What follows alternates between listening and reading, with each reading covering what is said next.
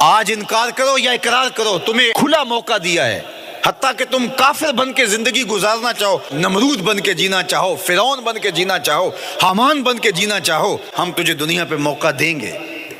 لیکن یہ نہیں ہے کہ جب زندگی کی بساط لپیٹے گی پھر کام ختم ہو جائے گا، نہیں، یہ تمہیں ہمیں فرصت دی ہے، پھر ہم نے تم سے حساب لینا ہے، ایک ایک عمل تمہارے سامنے آئے گا۔ اللہ اکبر، ذرا غور کیجئے، فآمنوا باللہ، تو بہتر ہے کہ اللہ پر ایمان لاؤ، اس کے حضور تو تم نے آنا ہی آنا ہے، بہتر نہیں ہے کہ جیتے جی آ جاؤ، پھر لوگ تجھے اٹھا کے لائیں گے، اچھا نہیں ہے کہ اپنے قدموں سے چل کے آ جاؤ۔ کی آنکھ سن لوک یعقوب تینوں جدوں ٹر پہ ہوں سر منہ کج کے تو، پھر جو کفن کی تنیوں میں لپیٹ کر کے تجھے لے کر کے جایا جائے گا، تو اچھا نہیں ہے کہ اپنے قدموں سے خود چل کے مالک کی دہلیز پہ چلے جاؤ۔ ایک حدیث میں آتا ہے کہ اللہ بندے کو اپنے سامنے سے ہٹنے نہیں دے گا جب تک اس سے 4 سوال نہیں کر لے گا۔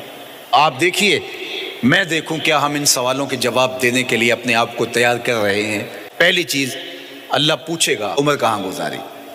دوسرا سوال، اللہ تعالیٰ علم کے بارے میں پوچھے گا، جو پڑھا تھا بتا عمل کہاں تک کیا، خلوت جلوت زندگی شام و سحر تیرے اس سیکھے ہوئے علم کی مطابقت میں تھے، یا علم عزت دولت کمانے کے لیے پڑھا تھا۔ تیسری بات، اللہ پوچھے گا مال کمایا کیسے، اور مجھے بتا مال خرچ کہاں کیا۔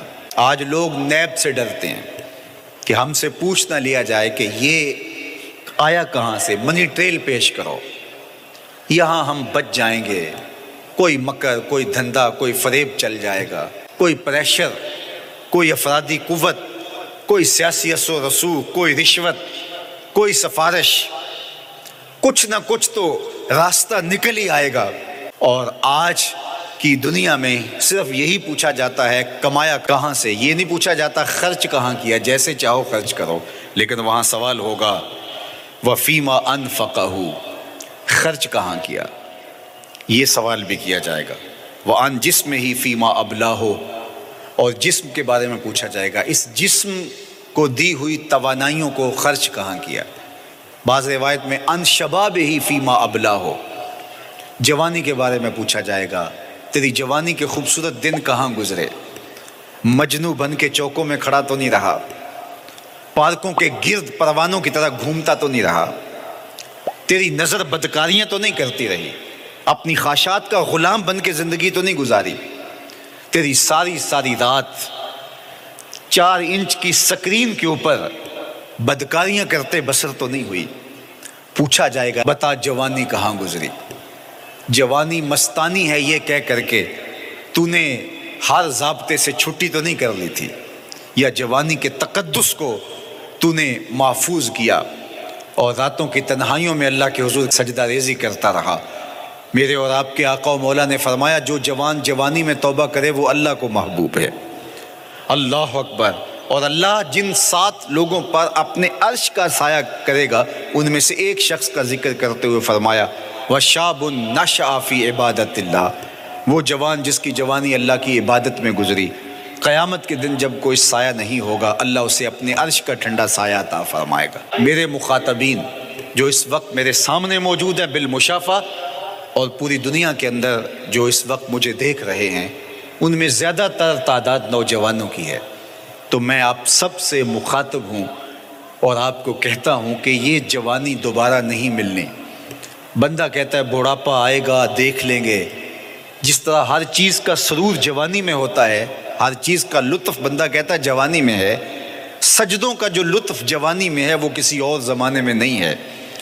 اپنی پیشانی کو سجدوں سے آشنا کرو، اپنی جوانی کو مثل سحر بے داغ رکھنا، اپنے شباب کو الجھنے نہ دینا، اپنے شباب کے تقدس کو پامال نہ ہونے دینا۔ اس کائنات کا بہترین چہرہ وہی ہے جو جنسی کالک سے محفوظ ہے۔ اپنے تقدس کو مجروح نہ ہونے دینا۔ تمہاری زندگی شبنم سے پاکیزہ تر رہے، سحر سے پاکیزہ تر رہے، تمہاری جوانی اتنی خوبصورت ہو کہ محمد عربی کو رشک آئے تمہاری جوانی پر۔ اپنی جوانی کو آوارگی میں بسر نہ کرنا، اپنی اس جوانی کو دین کے لیے وقف کرنا۔ سحری کے سجدوں میں آنسو بہا کر کے جوانی کا لطف کشید کرنا، جوانی کا لطف اور مزہ، رب کے ساتھ محبت اور رب کے ساتھ عشق کرنے میں ہے۔ جوانی کے اندر دل کی بے تابیاں، دل کی بے چینیاں اور دل کی بے قراریاں ذرا مسلح پہ لے کے آؤ۔ عشق کرنا ہے تو کسی آوارہ سے نہیں، عشق کرنا ہے تو رب العالمین سے کرو، آمنہ کے لال سے کرو، تو پھر دیکھنا کہ یہ جوانی کیا نور بخشتی ہے۔ تم نے اس کے حضور پیش ہونا ہی ہونا ہے، اس کے حضور جانے سے تم بچ نہیں پاؤ گے، چھٹکارا نہیں، رستگاری نہیں۔ ایک ایک عمل کا تمہیں حساب دینا ہوگا، ایک ایک حرکت اور ایک ایک سکنت تمہاری تشت ازبام ہوگی، تمہارا پوشیدہ اور مخفی عمل قیامت کے دن سامنے آ جائے گا۔ اللہ اکبر، یہ قرآن ہے، یہ کوئی فرضی کہانی نہیں ہے۔ انہ لقول فصل وما هو بالہزل، فرمایا یہ قول فیصل ہے، یہ طے شدہ حقیقت ہے، یہ امر واقعی ہے، یہ کوئی مذاق نہیں ہے کہ یوں ہی کوئی کہانی بیان کر رہا ہے، یہ سب کچھ ہونے والا ہے، یہ اپنی آنکھوں سے تم دیکھو گے۔